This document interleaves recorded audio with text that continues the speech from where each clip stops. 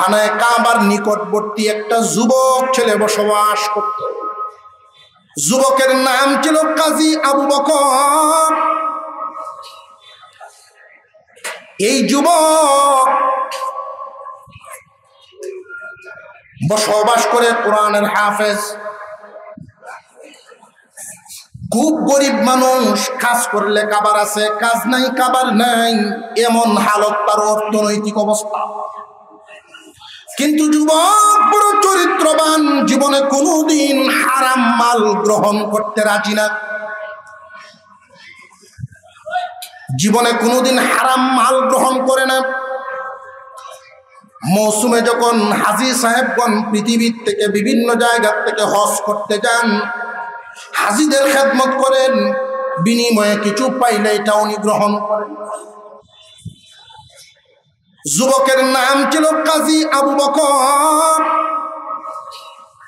এই কাজী আবু বকর হঠাৎ করে হজের মৌসুমে একদিন ওনার সামনে টাকার একটা ব্যাগ পড়ে আছে দেখতে পাইলেন। ব্যাগ, এই ব্যাগটা উনি হাতে উঠায় নিলেন। হাতে উঠায় নিয়ে ভাবতেছে, না জানি কেমন মালিক ব্যাগটা হারাইছে। এই ব্যাগের ভিতরে স্বর্ণের অলংকার, স্বর্ণের হার, নগদ টাকা। উনি হিসাব মিলাইতেছেন, না জানি কোন মালিকে হারাইছে। উনার অর্থনৈতিক অবস্থা কি উন্নত না গরিব?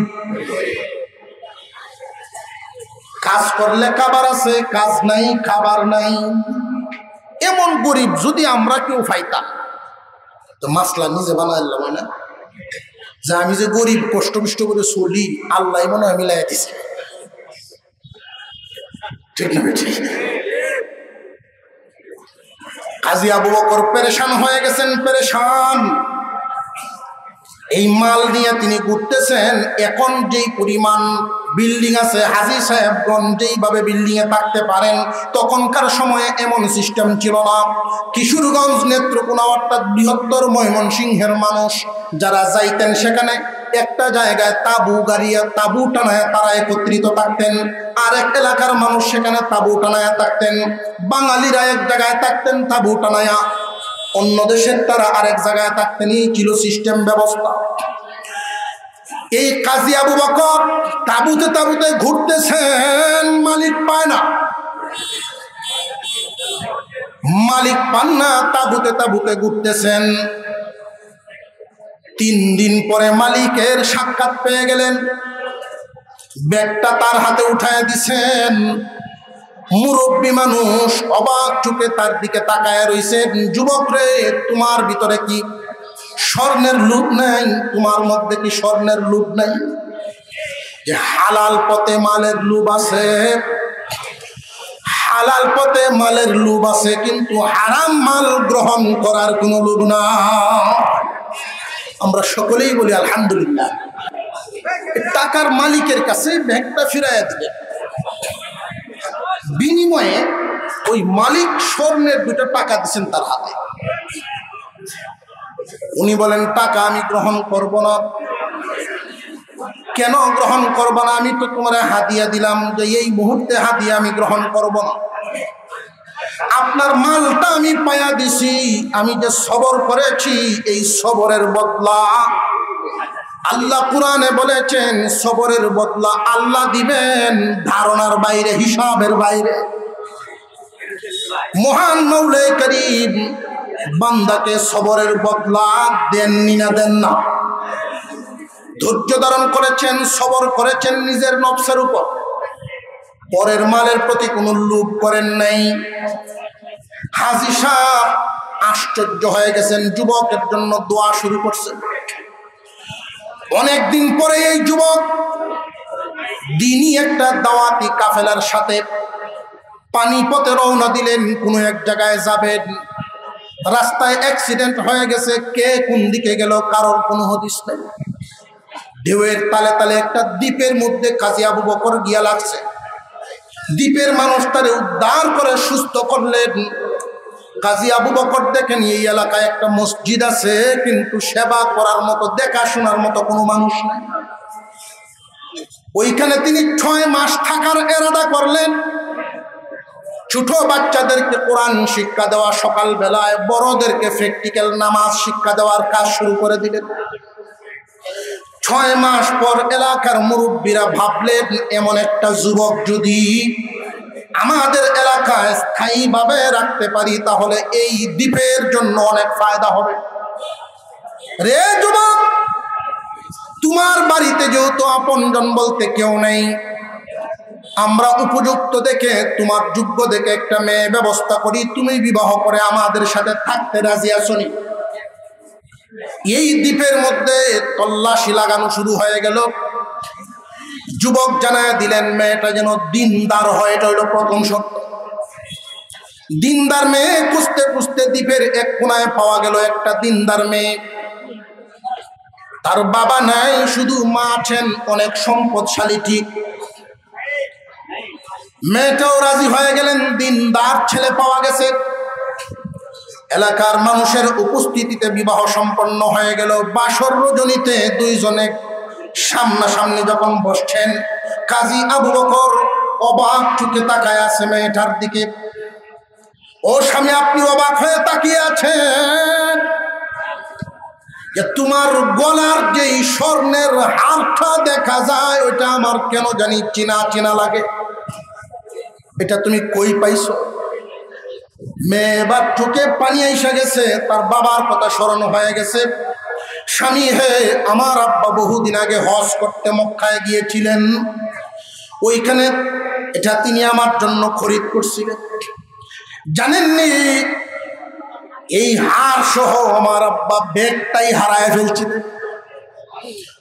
মক্কা নগরীর একজন যুবক আল্লাহওয়ালা এই ব্যাগ পাইয়া 3 দিন পরে আব্বার হাতে উঠাইয়া দিছিলেন, বিনিময়ে কিছু নেন নাই। আমার আব্বা যতদিন জিন্দা ছিলেন প্রায় সময় তার আলোচনা করতেন, মাঝে মাঝে বলতেন, মারে, তোর দিনদারির চাল চলন দেখে আমি ভাবতে থাকি, এই দ্বীপে তোমার যোগ্য কোনো ছেলে তো আমি দেখি না। মক্কা যদি আমার বাড়ির কাছে হইতো, ওই আল্লাহওয়ালা যুবককে তালাশ করে আইনা তার হাতেই আমি তোমারে উঠাইয়া দিতাম। কাজী আবু বকর টপ টপ করে চোখ থেকে পানি ছাড়তেছেন আর কান্দেন।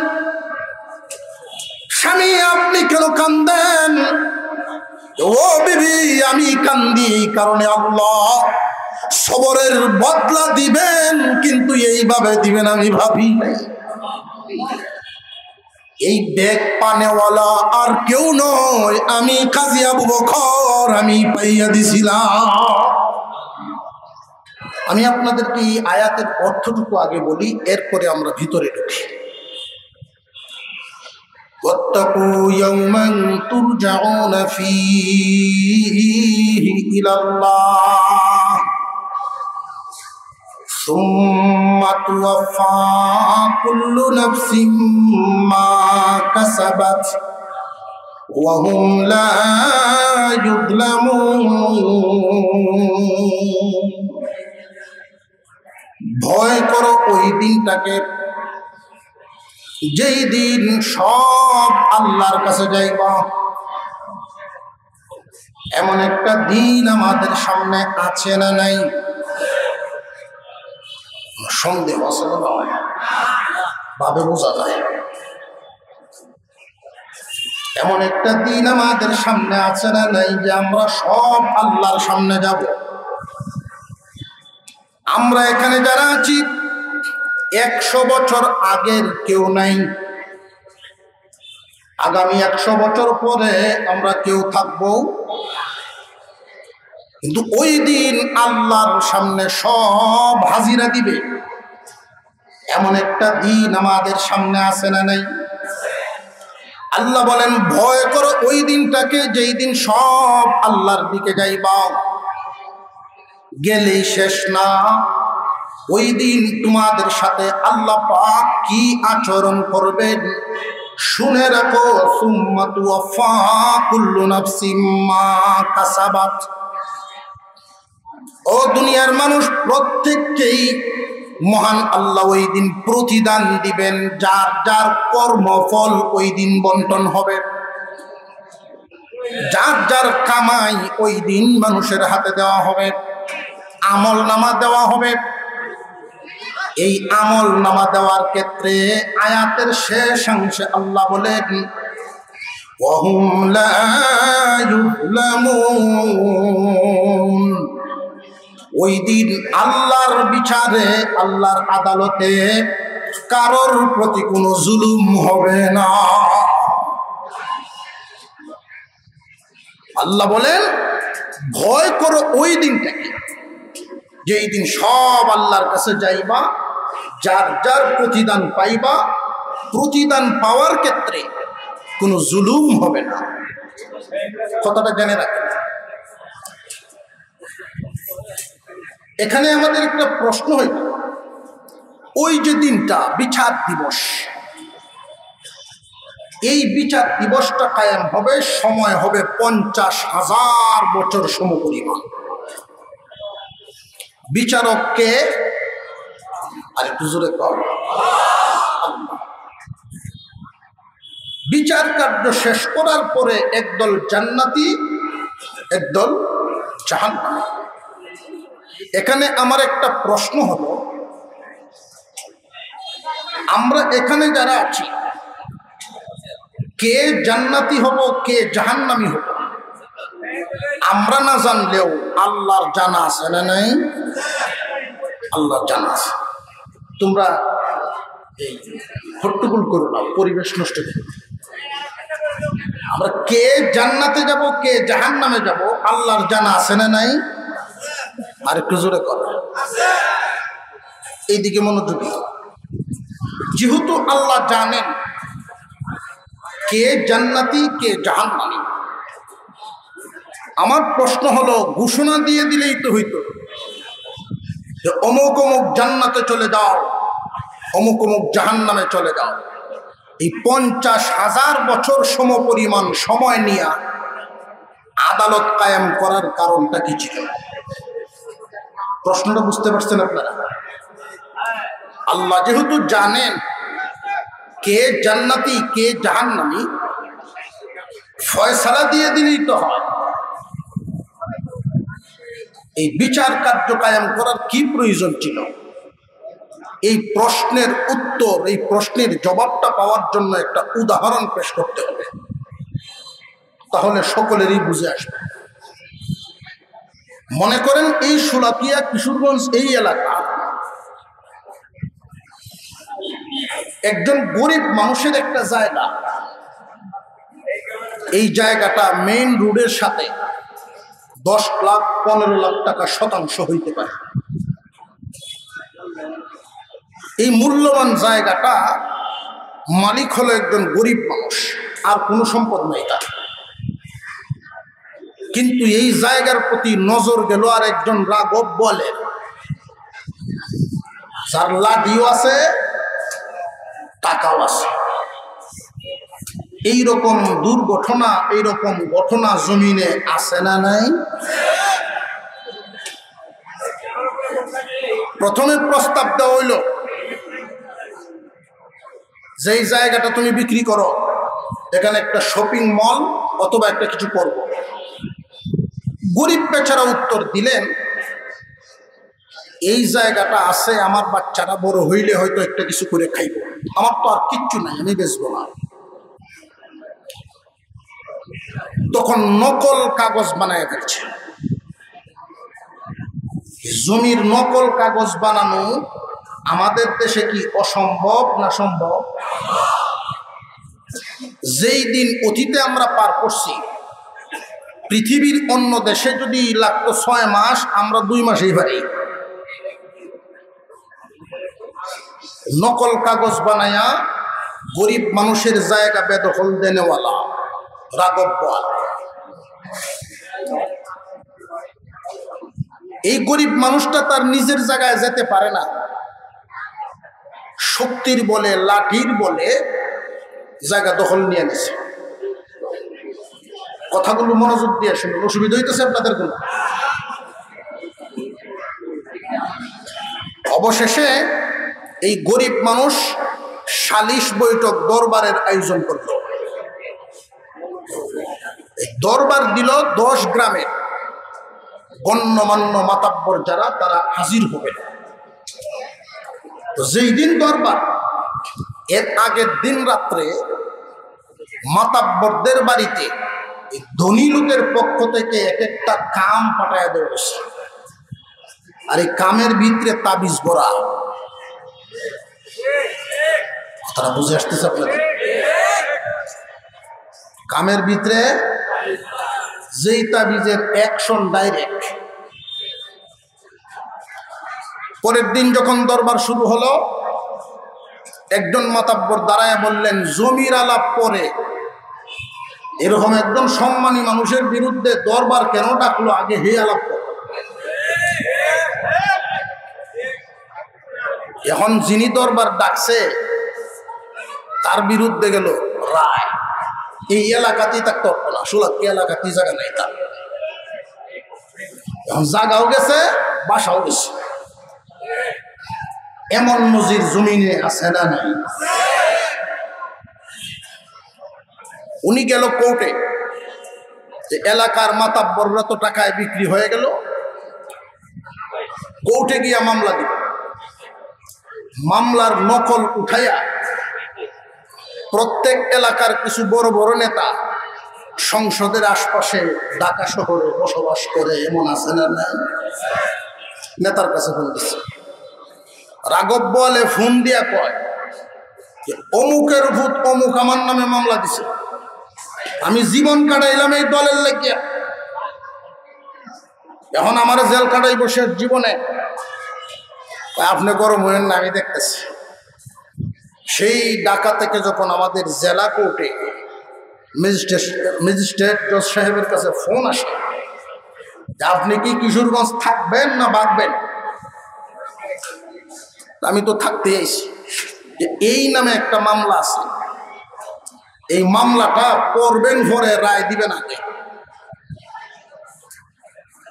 যেই মামলা পড়া হয় পরে রায় হয় আগে, এটা কি সহি হয় না পুরাটাই বলো?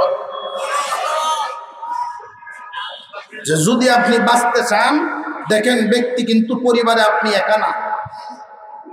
আমাদের দেশে বিগত বর্তমান সময়ে আমরা যা দেখছি, আমাদের দেশের আইন বিভাগ, আমাদের দেশের প্রশাসন বিভাগ, আইন প্রশাসন, এই বিভাগগুলোকে কিছু সংখ্যক রাঘব বোয়াল নামক মানুষ নিজের ক্ষমতা বলে ব্যবহার করছে না করছে না? কিভাবে করছে? জজ সাহেব একজন সৎ মানুষ, ওসি সাহেব, এসপি সাহেব একজন সৎ মানুষ, কিন্তু এমন এক পরিস্থিতির শিকার তাদেরকে করা হয়েছে, ঘুষ খাইলে ধরা পরখালে, আর ঘুষ না খাইলে মরা দুনিয়াতে। কেমনে? ঘুষ খাইলে আল্লাহর কাছে জবাব দিতে হবে, আর যদি ঘুষ না খাও, এই অন্যায়কারীদের সাথে হাত না মিলাও, তুমি একা ওসি সাহেব, এসপি সাহেব, জজ সাহেব, তোমার পরিবার তো আছে, তোমার একটা মেয়ে কলেজে যায়, তোমার একটা ছেলে স্কুলে যায়, তোমার বিবি মার্কেটে যায়, এদের নিরাপত্তা তো তুমি সব সময় দিতে পারবা না। কলজাত ভয় লাগবো, নিনা লাগতো না? জেনে রাখবেন, একটা মানুষকে তার নীতির থেকে সরানো হয় দুই পদ্ধতিতে। একটা হলো ভয় দেখায়া, আর একটা হলো লোভ দেখায়া। আমাদের দেশে যে সমস্ত লোক হাজার হাজার কোটি টাকার মালিক হয়ে গেছে, হাজার হাজার কোটি টাকার মালিক হয়ে গেছে জনগণের অর্থ সম্পদ লুট করে, এই সমস্ত মানুষরা তো নিজেদেরকে মুখে শুধু ফুটাইছে বাঙালি, আসলে এই দেশের দয়া মায়া এদের অন্তর ছিল, দেশের না। যে সমস্ত মানুষ অর্থ লুট করছে না, চাপে পড়ে এদের সাথে হাত মিলাইয়া যান বাঁচাইয়া চলছে। বর্তমান সময়ে যেই প্রশাসন আমাদের সামনে আছে, বর্তমান সময়ে যে সমস্ত চাকরিজীবীরা আমাদের সামনে আছে, এদের ব্যাপারে আপনাদের ধারণা রাখবেন এমন যে তারা চাপে পড়ে অন্যায়ের সাথে হাত মিলাইয়া চলছিল। আর যে সমস্ত লোকদেরকে লিস্ট করা হচ্ছে, যে সমস্ত লোকদেরকে খুঁজে বেড়াচ্ছে, ওরা এ দেশের বুলি ফুটাইতটি, স্বাধীনতার মুক্তিযুদ্ধের চেতনার গান গাইতটি, আসলে এই দেশের জনগণের, এই দেশের মাটির কোন মায়া মহব্বত এদের অন্তরে ছিল না। আল্লাহ পাক ঘোষণা করেন, ভয় করো তোমরা ওই দিনটাকে, যেই দিন আল্লাহর সামনে সব চাইবে। তো আমরা প্রশ্ন করছিলাম একটা, 50,000 বছর সমপরিমাণ সময় নিয়ে আল্লাহ পাক আদালত কায়েম করতে যাবেন কেন? উনি ঘোষণা দিলেই তো হয় অমুক জান্নাতি আর অমুক জাহান্নামী। আল্লাহর জানা আছে না নাই? জানা আছে। দুনিয়ার আদালতের বিচারক জানে না কে দোষী কে গুণী, এই জন্য সাক্ষী লাগে, অমুক লাগে, তমুক লাগে, এর ঘরে রায় লাগে। তো আল্লাহ তো জানা আছে, তিনি হাসরের বিচার কায়েম করবেন কেন? ওই যে মানুষটা তার জায়গাটা নিয়ে গেল রাঘব বোয়ালে, সালিশ বিচারেও পাইল না, মাতাব্বররা বিক্রি হয়ে গেল, কোর্টে গিয়েও পাইল না, চাপ দিয়া রায় দেওয়া হইল তার বিরুদ্ধে। এই গরিব বেচারার জায়গাটা নিয়ে নিল কে? রাঘব বোয়ালে।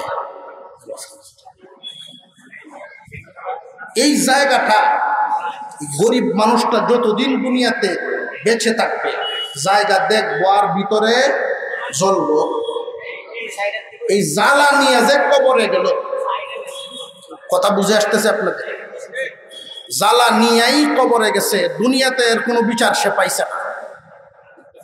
যে সমস্ত মানুষ দুনিয়াতে বিচার পাইছে না, হাসরের বিচার, হাসরের মাঠ কায়েম করার যত কারণ, এর মধ্যে একটা হলো যেই মানুষ অন্তরের জ্বালা নিয়ে কবরে গেছে, তার জ্বালা দূর করার জন্য।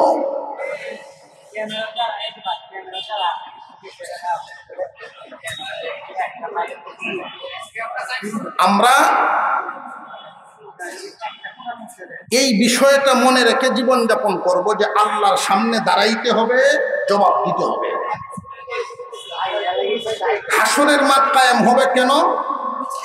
আল্লাহর রাসূল বলেন এক হাদিসের মধ্যে, মুসলমান ইমানদার ভাইরা আমার, খুব মনোযোগের সাথে শুনবেন।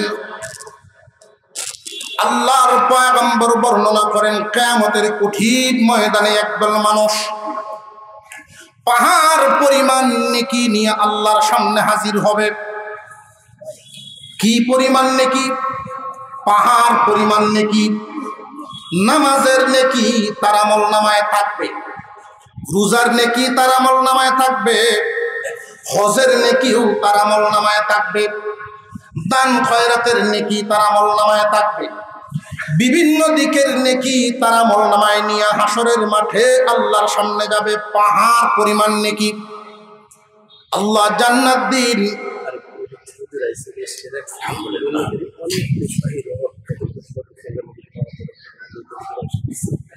আমরা প্রথমেই বলি আলহামদুলিল্লাহ। আমাদের কাঙ্ক্ষিত মেহমান হযরতুল আল্লাম হযরত মাওলানা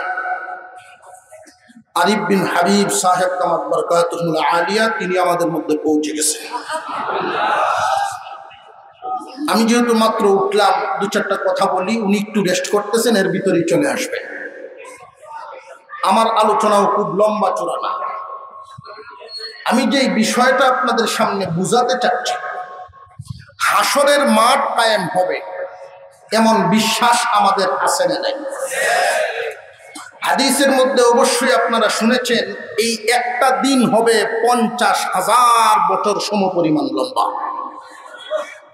আমার প্রশ্ন হলো, আল্লাহ তো জানেন কে জান্নাতি কে জাহান্নামী, জানা আছে না নাই? তাহলে এই বিচার কার্য উনি কায়েম করবেন কেন?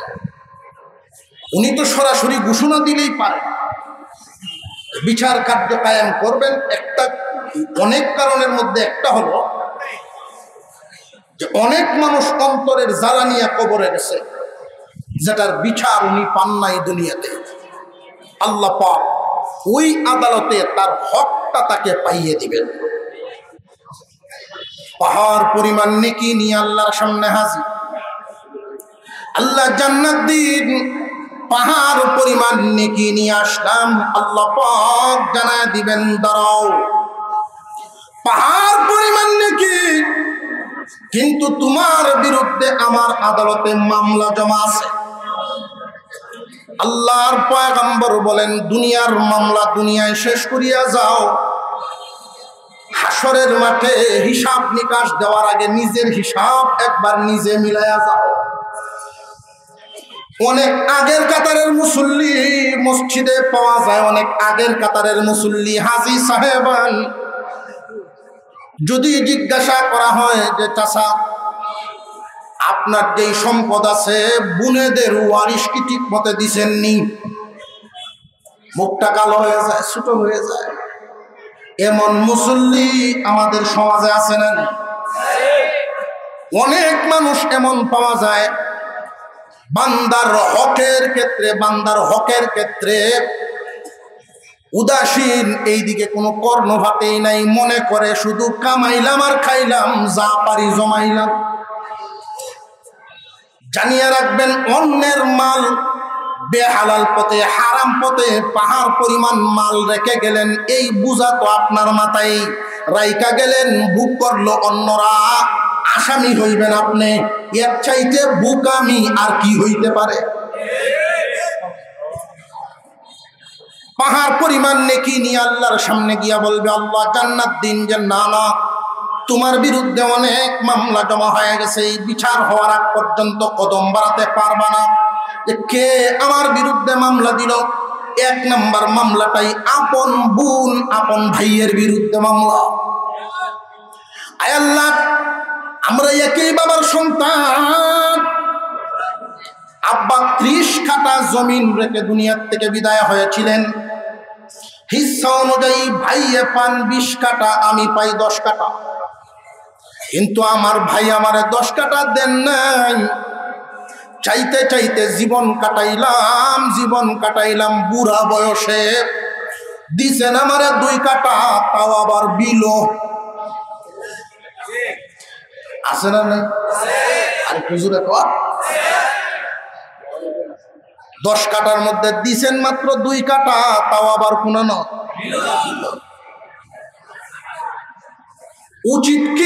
উচিত হলো বাবার ইন্তেকালের পরে হুজুরে আকরাম সাল্লাল্লাহু আলাইহি ওয়াসাল্লাম আইন করে গেছেন, নারীর অধিকার বাস্তবায়ন করে গেছেন, ঘোষণা করে গেছেন, বাবার সম্পত্তি যখন বন্টন করা হবে তখন হিস্সা নেওয়ার ক্ষেত্রে বুনে নিবে আগে, বাইয়ে নিবে পরে। আল্লাহর রাসূল বলেন, তুমি যখন বাহির থেকে আসবা, ঘরের ভিতরে মজা আনলা, চকলেটে আনলা 5টা, তোমার বাচ্চাদেরকে দেওয়ার জন্য। আল্লাহর রাসূল বলেন, ছোটটারে আগে দাও, এর মধ্যে যদি মেয়ে হয় তাহলে অগ্রাধিকার, মেয়েটারে আগে দেও, ছেলেরে পরে দেও। নারীর অধিকার ইসলামে বাস্তবায়ন করা হয়ে গেছে, আল্লাহর রাসূল ঘোষণা করে গেছেন, কিন্তু আমাদের সমাজে এখন নাই। একটা সমাজ শুধু নারীর অধিকার নিয়ে স্লোগান দেয়, সমান অধিকার, কিন্তু সমাজের মধ্যে এগুলো বাস্তবায়ন হয় না। বাবার সম্পত্তি যতটুকু রাখা হয়, ভাইয়ে যেইভাবে পাবে, বোনের অংশ বোনে সেইভাবে পাবে। বাবার ইন্তেকালের পরে ভাই যদি দিনদার হন, কিয়ামতের কঠিন ময়দানে আল্লাহর সামনে আসামি হওয়ার থেকে যদি ওনার ভয় হয়, আসামি হইবার চাই না, দুনিয়ার মামলা আমি দুনিয়ায় শেষ করবার চাই। ভাই শুনে রাখেন, বাবার ইন্তেকালের পরেই আপনার উচিত তাদেরকে নিয়ে বসা, হিস্সা বন্টন করো, বোনের অংশ বোনকে দাও, তোমার অংশ তুমি বুঝিয়ে নাও। কিন্তু বর্তমান সমাজে এটা হয় না, সারা জীবন ভর বোনেরটা নিজেরটা সব নিজেই খায়। যদি জিজ্ঞাসা করা হয় যে আপনি আপনার বোনের ওয়ারিশটা দেন নাই কেন, উত্তর দেয় সহজ উত্তর হইল সহজ উত্তর, আমার বোনের চায় না এই জন্য দেই না। তোমার বোনের তোমার কাছে চায় না এই জন্য দেও না। বোনের অনুমতিও তো তুমি নেও নাই, বোনের মাল যে খাওয়া শুরু করছো অনুমতিও তো নেও নাই। তুমি যে হাল বাবা শুরু করলা, তুমি কার অনুমতি নিলা? জানিয়া রাখবেন বাবার ইন্তেকালের পরে বোনের মাল বোনকে বুঝায় দেওয়ার আপনার উপরে দায়িত্ব, কারণ আপনি ছেলে, এই বাড়ির মালিক। আপনি বোনকে বুঝায় বলবেন এই এই হিস্সা তোমার। বোনে যদি স্বেচ্ছায় বলেন আমারটা এখন নিব না, আপনি কান সময় যখন হবে তখন আমি চায়া নিব, এরপর থেকে আপনার এই জমিতে হাল বাওয়া চাষ করা আপনার জন্য জায়েজ। এর আগ পর্যন্ত বোনের অনুমতি ছাড়া জবরদখল করে যে বোনের ওয়ারিশ খাইতেছেন, হাওরের ডাকাতি। আর এই ডাকাতিতে কোনো বেশন না, বেহালাল না। শুধু দোয়া চায়, হুজুর দোয়া করেন। যে কি দোয়া করতাম? বাচ্চারা যেন ওলি হয়, বাচ্চা কাচ্চা ওলি হইব, হারাম খাওয়াই দেয়। যে আমি তো সুদ খাই না, সুদে শুধু হারাম তোমার চোখে ভাসতেছে, আর বোনের ওয়ারিশ ঠকায় যে খাইতেছ ওইটা তোমার চোখে হারাম মনে হয় না। মানুষ ওটারে হারাম মনেই করে না, ভুলে গেছে। বরং সমাজের একদল মানুষ একটা কথা সমাজে ছড়ায় রাখছে, ওয়ারিশ নিলে সয় না। আছে না নাই সমাজে? ওয়ারিশ নিলে হয় না। জানিয়ে রাখবেন যেটা সয় না আল্লাহ এমন বিধান দেন না। বান্দার যেটা সয় না, লা নুকাল্লিফু নাফসান ইল্লা বুসআহা। জানিয়ে রাখবেন বান্দা সইতে পারে না, বান্দার জন্য ক্ষতিকর এমন কোন বিধান ইসলামে। ওয়ারিশ নিলে সয় না এই কথা কয় তারা, বোন রে জীবন দিব যারা। আরো জোরে কর। কিন্তু রাতের বেলা দেখবেন বউরে আবার ঠিকই কুচাকুচি করে, তোরটা তুই আনস না কেন? এমন বাটপার আসার নাই। নিজেরটা বুঝে 16 আনা আর পরেরটা 3 আনাও বুঝে না। বুড়া বেড়ায় কলা গেছে, অসুবিধা হইতেছে না তো? তো এক জোয়ান মানুষে দেখতে কইলো, চাচা আপনি যেমনে এই রোদের মধ্যে বিক্রি করতেছেন আমার মায়া লাগতেছে, এই সবগুলো আমার একসাথে দেয়, গণ্যে দেওয়া শুরু করছে। তো বেড়ায় করে কি মাঝে মাঝে আলি গোনার সময় 4টে আলি বেড়া 3টে দাঁড়ায়। তো যুবকে দৌড়ে নেয়, চাচা 3টে হয়েছে। তো বাবা রই দে, মাথা ধরো, মাথা ঠিক নাই, আবার ঠিক করে। এইভাবে 2-3 বার হওয়ার পরে যুবক চাচা বুঝলাম না, আপনার মাথা ঠিক নেই বুঝলাম, কিন্তু 3টে হয়, 5টা তো হয় না। বুড়া বেড়ায় উত্তর দে, বেটি হইলে বেটা ও তো বেটি হইছে না, 5টা দাও।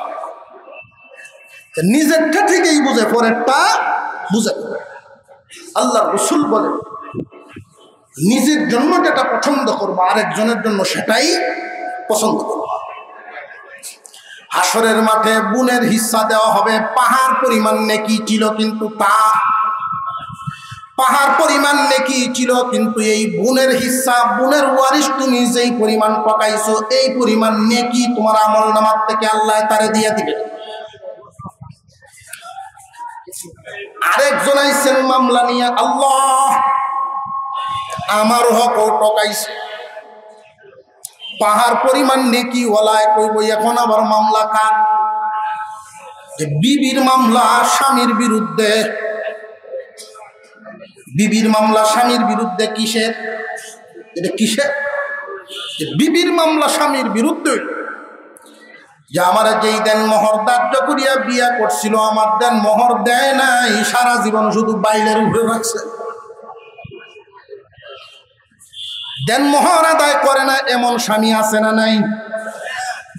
আমাদের সমাজে এখন এই দেন মোহরটাও একটা এমন এক ফ্যাশন হয়ে দাঁড়াইছে, কয়েক লাখ না হইলে ইজ্জত বাঁচে না। কিন্তু জামাইয়ে দিতে পারবো কিনা ওইটা ভাবে না।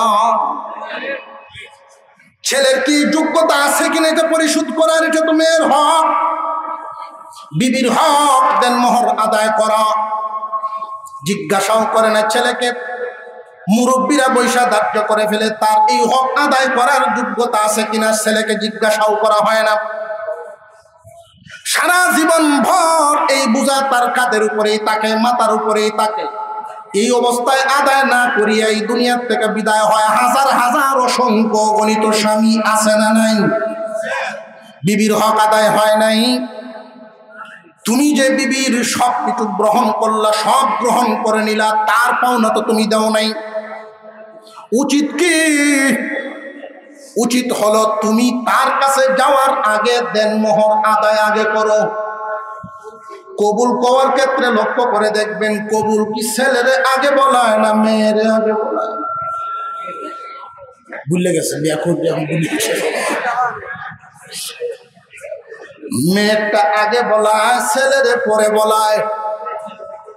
মেয়েকে আগে দাও, দেনমোহর আগে দাও, পরে তার কাছে যাও। কিন্তু বাইলে বুলের উপরে দেয়া, বাইলের উপরে দিয়ে রাখতে দিছে সারা জীবন। কই হুজুর আমি ফইলা দিনই মাফ লয়েছিলাম। ফইলা দিন মাফ লয়েছেন কেমনে? ঘরের বারান্দাতে ঘুরে, ভিতরে ঢুকে না। তো বিবি সব জিজ্ঞাসা করে, কি ব্যাপার, আপনি কি আমারে পায়া খুশি না? কও কি, তোমার মতো এত সুন্দর আমার কপালে আইছে, খুশি হইব না মানে? তো তাহলে ভিতরে আসতেছেন না? যে আসতেছি না, হুজুরদের কাছে শুনছি যতক্ষণ দেনমোহর আদায় না হয়েছে ততক্ষণ বারান্দা দিয়ে ঘুরতে, আর যদি মাফ করে দেও এই হল। প্রথম রজনী বাসর রাতে কোনো মেয়ে তো চাইবে না যে স্বামীকে এইভাবে দূর করে রাখা, দূরত্ব তৈরি করা। মাফ লয়েছে, এটা কি সুবিধায় না কায়দায়?